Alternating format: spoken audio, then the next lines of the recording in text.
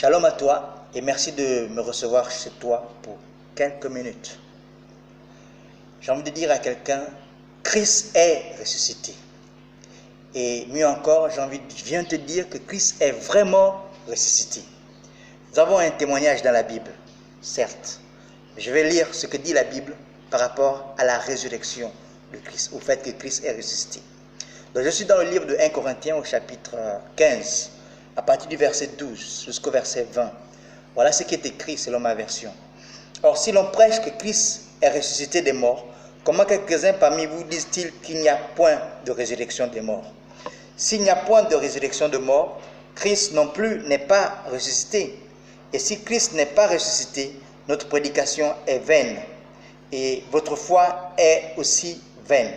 Il se trouve même que nous sommes des faux témoins à l'égard de Dieu, puisque nous avons témoigné contre Dieu qu'il a ressuscité Christ, tandis qu'il ne l'aurait pas ressuscité. Si les morts ne ressuscitent point.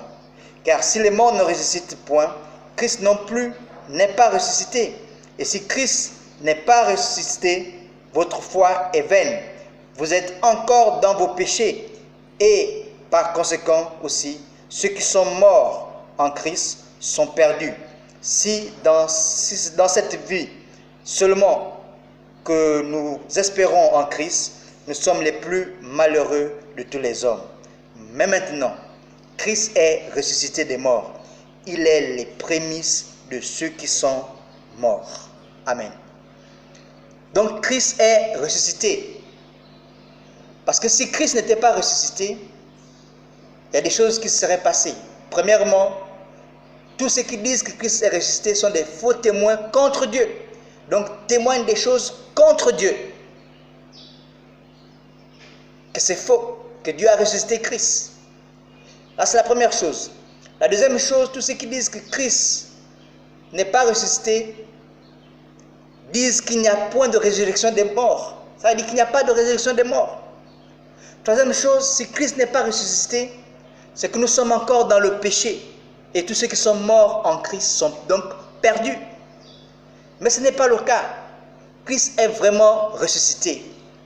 Et nous prendrons comme témoin, c'est un fait historique. Le fait historique, c'est que le tombeau est vide. Le tombeau est vide. Il n'y a personne dans le tombeau.